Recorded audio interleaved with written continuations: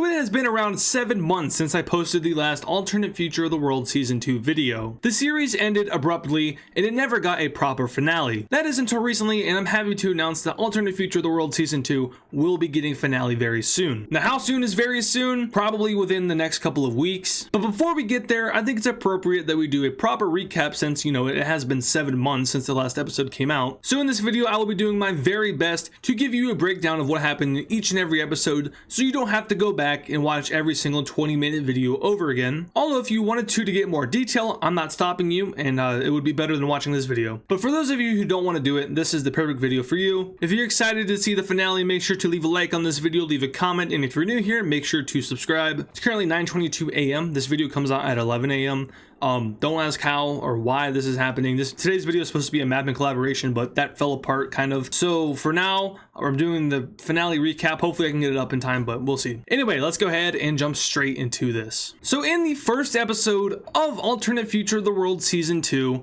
we obviously start in 1934 or something like that. We start in World War II. Now remember, the Switzerland in this timeline is the Switzerland from Season 1. Now if you need to, I would go back and rewatch Alternate Future of the World Season 1 to kind of understand how that all went down, or at least watch the finale. And then watch the trailer for Season 2 that kind of explains the lore with Switzerland. There'll be like a little icon card up there somewhere above my head. But most importantly, watch the trailer. So after watching the trailer, we get to this map with Switzerland from Season 1. And their main goal here is to prevent humanity from repeating what happened in Season War. Basically, destined war and repeated slaughter. It got really ugly. So they're here back in time to try to prevent that. Things start normally, you have the Spanish Civil War and a lot of events leading up to the Anschluss. Now Switzerland's main goal here is to stop bad Germany from doing all the bad stuff they did in World War II. They want to stop them from gaining power. Switzerland does everything in their power to stop the Anschluss from happening, and as well as the Sudetenland, but unfortunately they are unsuccessful as no one really believes them. Until eventually the timeline just starts lining up, The Allies and other countries are noticing that what Switzerland is calling out is actually happening. So after the Germans take the Sudetenland, the Allies decide to put their foot down and stop any future German aggression. They basically guaranteed the independence of Czechoslovakia, and that's because Switzerland has said that Germany is going to ignore any precautions in place and take them over anyway. Nonetheless, the Germans will invade Czechoslovakia and the Allies will come to the aid, and this is our branch. This is where our timeline pretty much branches off. Other than when Switzerland came in, obviously that branched, but here comes another branch. So the World War II starts, but not with Poland, but with Czechoslovakia. And the conflict will go down mostly the same. It plays out pretty similar to how it did in real life. We of course have Italy doing their thing, as well as Japan, and we even see Poland eventually get invaded by the Soviets and the Germans. Now another major branch in this timeline is Pearl Harbor. It never happens, and that's because someone in Switzerland apparently tipped off Germany. Who this person is, nobody knows. It's never going to be revealed. But what they do is they tell Germany that if Japan invades Pearl Harbor, then the United States will join the war and ultimately make Germany lose. Now, Germany is going to have to believe this because once again, Switzerland has been saying all this stuff and it has all become true. So Germany tells Japan, don't invade Pearl Harbor,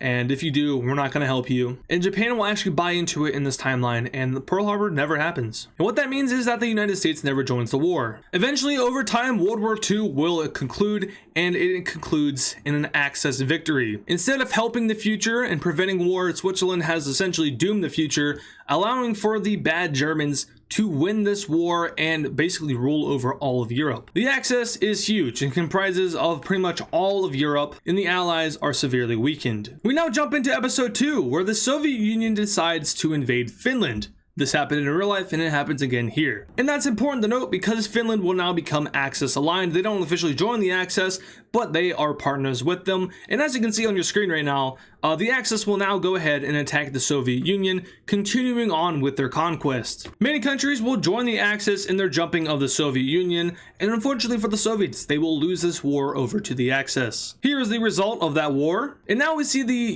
US's response to that war. Now, the United States is neutral in this timeline. They never joined joined in World War II, and they never really have that connection with the Allies. So what the United States decides to do is create their own alliance, cater to any democratic country or any neutral country who is in favor of world peace. And the United States is able to get a majority of South America to join their alliance. In fact, they get all of South America to join their alliance who isn't already in the Allies. Some Central American countries also join, including Costa Rica, as well as some Caribbean countries. And the League of Freedom is very popular in the Americas. Now on over to episode 3 of the series, and Japan decides to leave the Axis in order to make their own alliance, which is the Co-Prosperity something. Greater East Asian Co-Prosperity Sphere. That thing. Following Japan's suit, we also see Turkey, Iran, and Afghanistan also decide to leave the Axis in pursuit of their own goals, so these 3 countries form the Middle Eastern Pact. This series of events leaves the Germans pretty unhappy as they are losing their influence around the world. In addition to this, Italy is also looking towards the future, and that future is them controlling all of the Mediterranean Sea without the help of the Germans. Now we see the Soviet Union join the Allies for further cooperation and protection from the Axis. And worldwide, we're able to see Germany influence elections in both Sweden and Mexico, allowing for them to elect fascist leaders and then join the Axis. After their successful expansion campaign, the Germans will decide to attack the Allies, thinking that they are vulnerable and weak from the previous war. After months of fighting, the Axis is mostly unsuccessful in their campaign, especially in Africa, where the Allies have a monopoly over the continent. In Europe, the Germans are losing a lot of land, and to add insult to injury, Italy and many other members of the Axis decide to pull out of the alliance in hopes of peace talks and not losing any land to the Allies. With not many options left on the table, Germany will go ahead and surrender over to the Allies, with them losing Norway and also some of their colonies in Africa. After being fearful of losing power, Germany will annex both of its puppets of Slovakia and Serbia, and then invade and annex all of Hungary, who just left the Axis and was neutral. Following Germany's aggressive actions in the Balkan region, Italy will go ahead and form the Mediterranean Order, an alliance between themselves, Bulgaria, and Ukraine. We then see the Germans invade Romania, who had not joined the Mediterranean Order, but the Mediterranean Order then scrambles over to the aid of Romania in hopes of preserving their land, and in the end the Balkans end up looking something like this. Now on to episode 4, we start off with the Allies losing a lot of control over their colonies. The idea of freedom is spreading across the continent of Africa, and in order to counter this, the Allied countries will go ahead and grant semi-autonomy to a lot of their colonies, which means that they aren't necessarily free, but they are free to govern themselves. But overall, they still have to respond to the crown, aka their colonizer country. We also see the Philippines get independence from the United States, however they choose to maintain their status as a member of the League of Freedom. But while all this is happening up north, we see Japan invade the rest of China, creating themselves 2 new puppets and allowing for the independence of Xinjiang and Tibet. At this point, Japan is likely the strongest country in the world. Following their conquest of China, they will then go ahead and start to invade Mongolia and have success and win that war. And following suit, we have East Asia looking something like this, with the Greater East Asian Co-Prosperity Sphere looking like this, and of course the lighter colors are the puppet states of Japan. With Japan's influence growing, we have Indonesia joining their alliance. Now over in the Middle East, we have an interesting event taking place. This Mesopotamian colony of Britain has been an interesting political landscape for the past couple of years in the series, and the British aren't really ready to let go of it because of its valuable natural resources like oil, so they make a deal with the country. Essentially, they get full independence. However, Britain will take half of Iraq on a 15-year lease. Yeah, they're leasing half of a country. That makes a lot of sense. So the independent half will go ahead and join the Middle Eastern Pact and can expect to get their other half back in around 15 years. Now we're on episode 5 of the series, so there's 10 total episodes, by the way, and we are halfway done. Well, almost halfway done. We'll be halfway done when we finish this video, or I guess I should say this part of the video. So the first event in this episode is the Soviet Union leaving the Allies. They got their revenge on Germany and they feel pretty safe leaving. And this event, of course, will make the Allies a lot weaker. They will start to lose influence over the world as well as their colonies, who they just granted semi-autonomy to. France will make the decision to peacefully release all of their colonies in order to prevent any rebellion or civil war from taking place on the continent. However, the British are reluctant in giving their colonies independence, which leads to what you see on the screen here,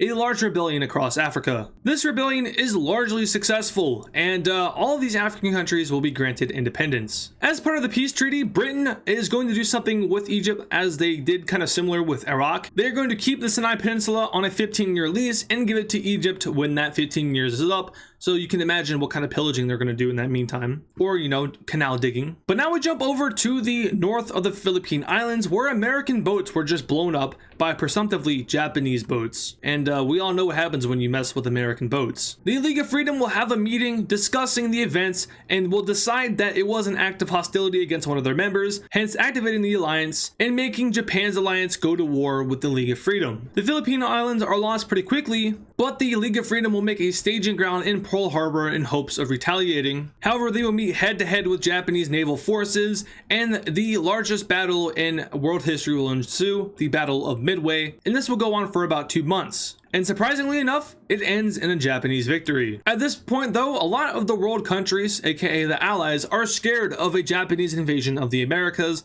because if Japan were able to do that, they would likely, you know, become unstoppable. So the Allies will join this war on the side of the League of Freedom against the Japanese Empire. Over the time that this war is fought, there is no true winner. It is simply stalemated, and in the end, the two sides agree to peace. And at the end of the day, the United States will decide to join the Allies with the British, the French, and the Canadians. Now, keep in mind, they also are maintaining their membership in the League of Freedom, so they are in both alliances. I've got an hour and 10 minutes to get this video posted.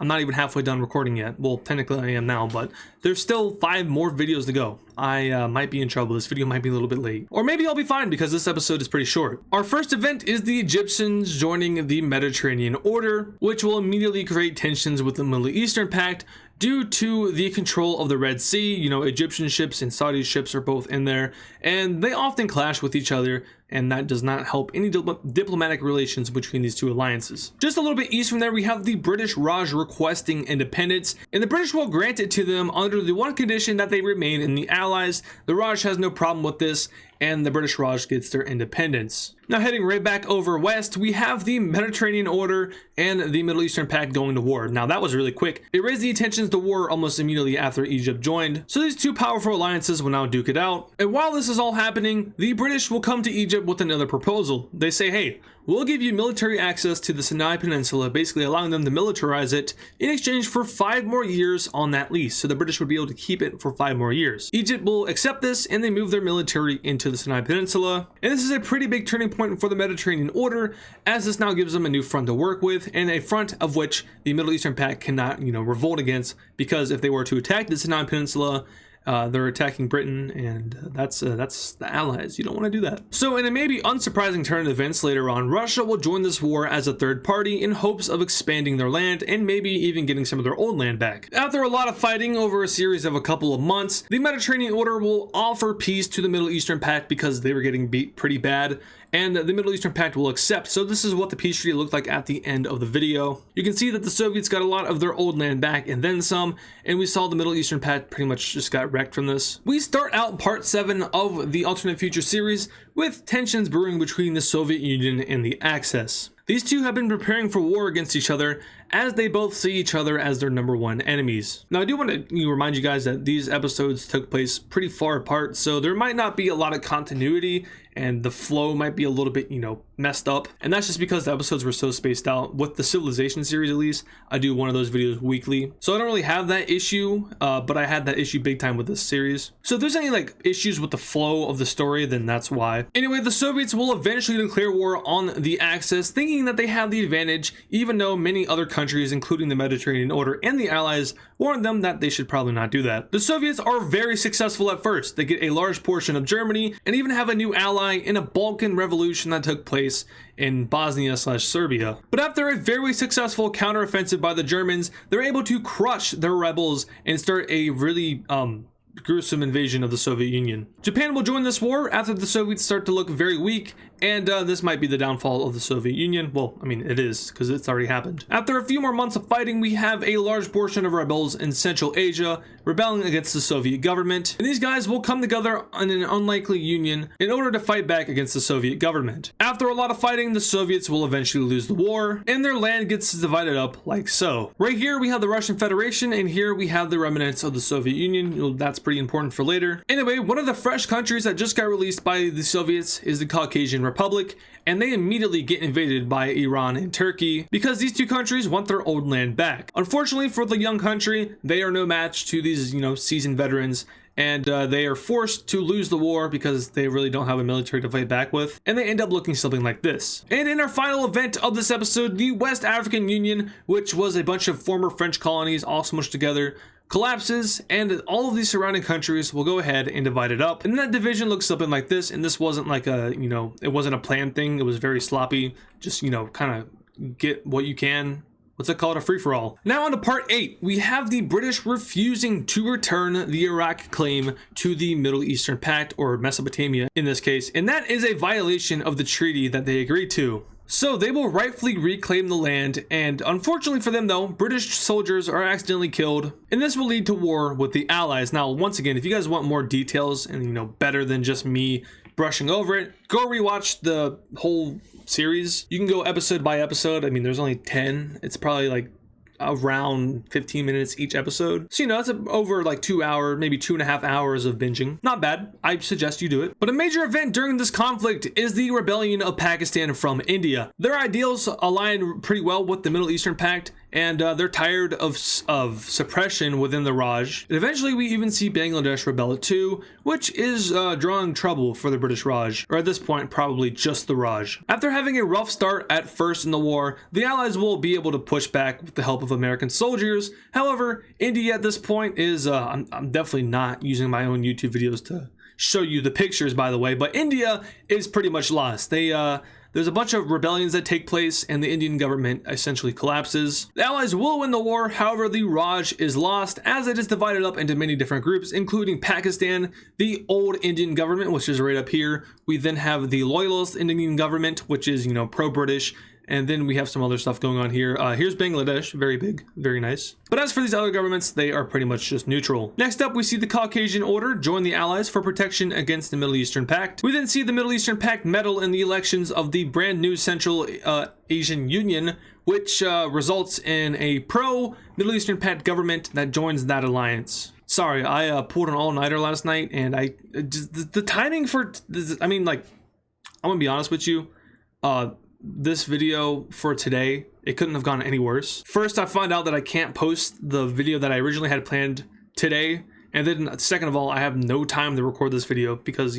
I'm recording it an hour before it needs to be posted. And then third of all, I'm going off of like 24 hours of no sleep at this point. So really, this is like all odds against me, but I'm gonna push through it. My goal is to really never miss an upload date ever again because that hurts. And I don't want to take content away from you guys. Anyway, you can also see here that loyalist India ended up joining the Allies. And now we can have a quick chit chat about the Italian government, who is trending in a more democratic direction. Now, Italy at this point is still fascist. However, Germany is as well, and Germany's like doing really bad stuff. Italy isn't doing horrible stuff like what Germany's doing. This is still World War II Germany we're talking about, but World War II Italy at this point is a thing of the past. This is just a fascist country not doing all the horrible stuff that Germany did. But they kind of want to, unalign themselves from Germany and create distance between the two. So they pretty much rebrand their government into a monarchist government, which, isn't much better, but it's a lot better than it being just straight up fascist. And Italy will influence and maybe even kind of force the allies, such as Bulgaria, Romania, and Ukraine, to also take a similar route, adopting a monarchist system and completely abandoning fascism. This has Germany very upset, and tensions between these two alliances begin to brew. And in reaction to that, Italy decides to establish diplomatic relations with the Allies, really pushing the Germans over edge. So remember, the Italians and the French were just fighting each other not too long ago, but now they are sending diplomats to each other's capitals and having peaceful talks. And in response to that, the Middle Eastern Pact and the Germans will start to get friendly with each other, also establishing diplomatic relations with each other. Now over to East Asia, this is a pretty important event. So the colonies of Japan will rebel against them in a very huge movement against the Imperial Japanese government. Now these guys will predictably get stomped, and it leads to Japan annexing a lot of these colonies and enforcing even stricter laws within them, and this will kind of mess with the stability of that empire. Now, as for the League of Freedom, who has been quietly expanding in Central America, we can see that this alliance is huge. It exposes a lot of countries, and as you can see here, every single country in North America is in an alliance, so there are no neutral countries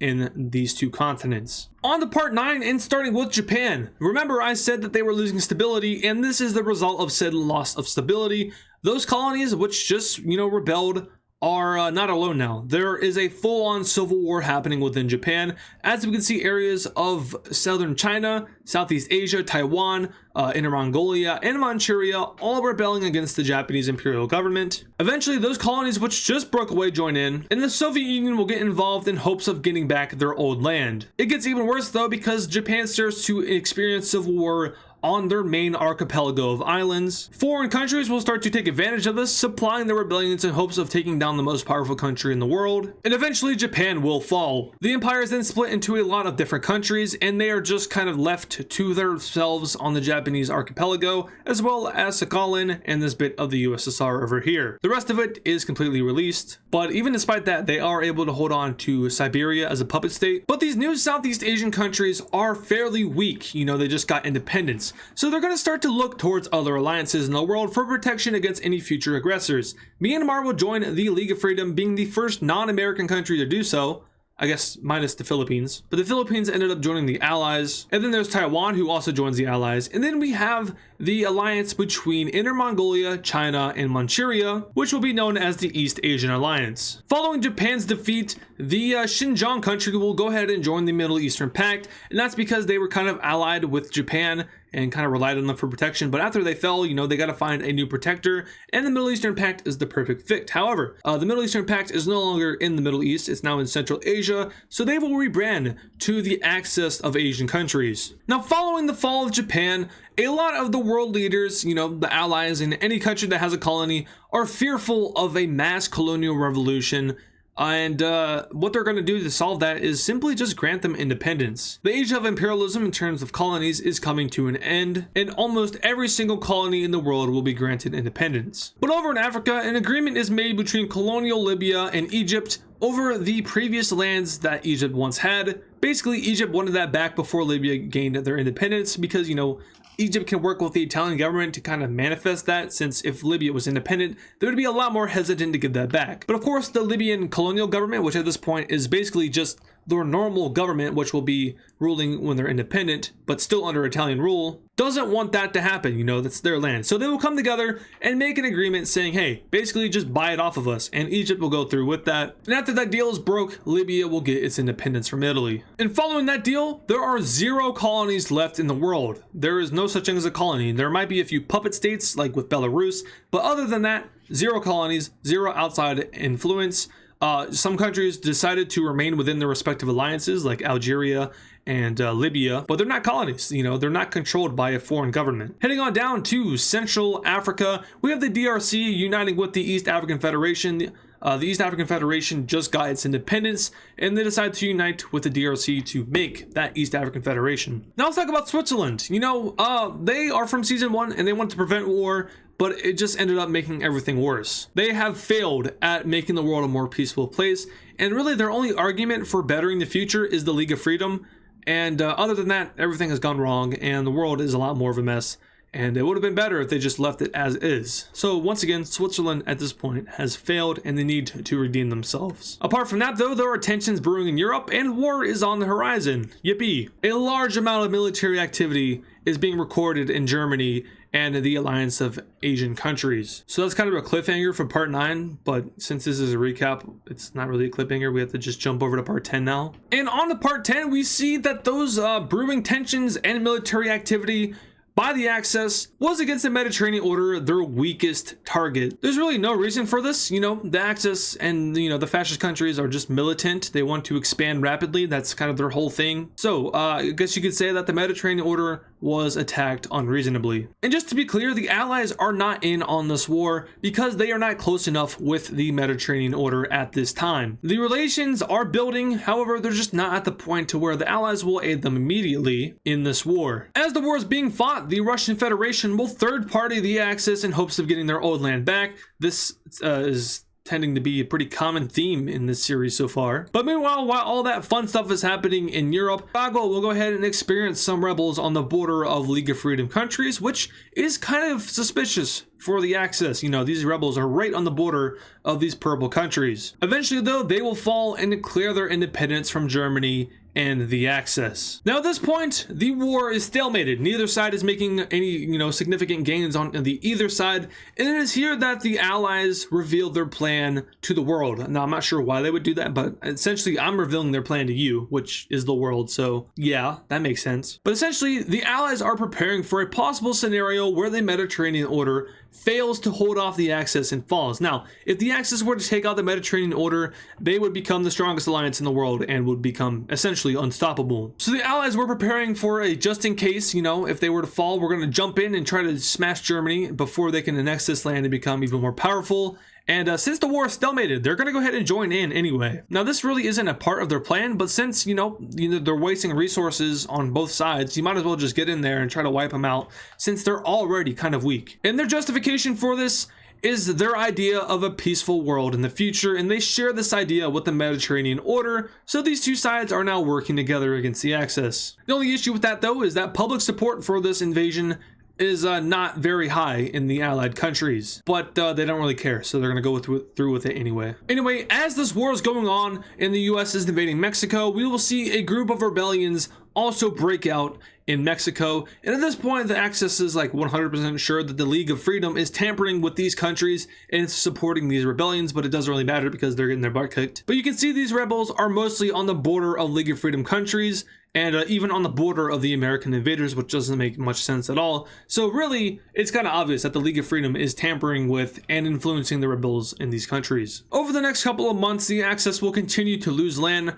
The Middle Eastern Pact eventually does join, but they are against the Mediterranean Order. They're not against the Allies. That's an important, thing to say. They join against the Mediterranean Order, not the Allies. Now, just because they're the same color doesn't mean they're against the same opponent. So they won't be touching any Allied land in the Middle East. But with the Axis, obviously losing this war, Sweden, being pretty smart, will go ahead and offer a deal with the Allies, essentially saying that if they leave the Axis and adopt a better government, they'll just pull out of the war, and you just throw some of that Norwegian land and we'll be good. The Allies are okay with this, but at this point they want to wait to see if they can finish off Germany completely, because if they do that, then Sweden has really no say in anything. So they don't accept Sweden's terms, but essentially Sweden just kind of, stops fighting and watches as Germany falls. Now back over to the AOAC attack on the Mediterranean Order. That was a surprise attack, so it really caught the Mediterranean Order off guard. And they have a history of tensions and beef, so really it isn't too surprising that they decided to do this. But in the end, it really doesn't matter because the AOAC support does not help Germany at all,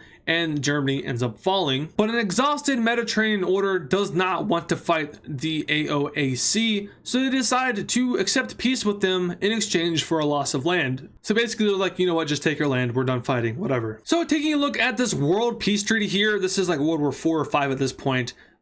We see the Axis is pretty much almost completely abolished. It only remains between Sweden and Germany, and if you remember, Sweden has to leave the Axis.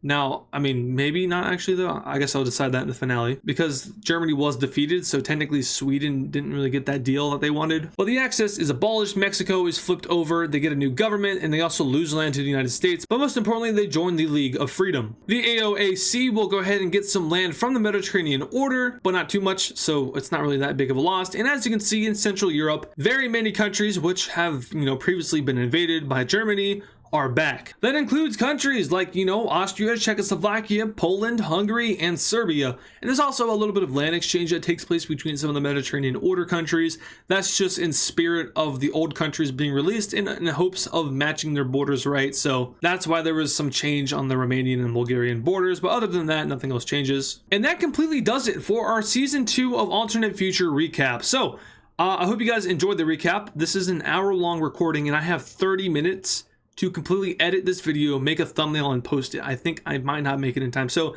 this video will probably be coming out later today. It's currently 10:27 a.m. for me. And if you clicked on this video immediately, it's probably like 12 p.m. for you, probably, maybe. So yeah, that's kind of weird. I've never had a video be this close before. But anyway, I will now begin work on the finale using all of the recap information that I just gathered over the past 5 hours, maybe. I put together a big list of like major events and key things to talk about. So really, I didn't rewatch every single episode because I didn't have time to.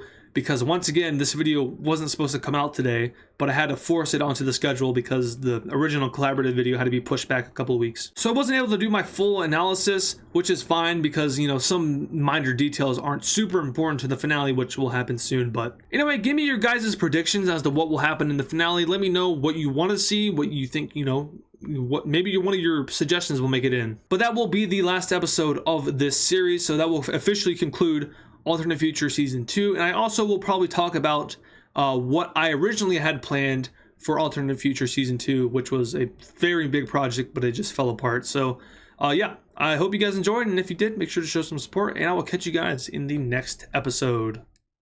And of course, thank you to all our super fans. This includes Arentine, Georgie Badev, Serminator, German Edits, HammerToad45, Connor the Gamer, Poland Country Ball, Nevada Garbage Trucks, and DW Cool Dude. Once again, thank you guys.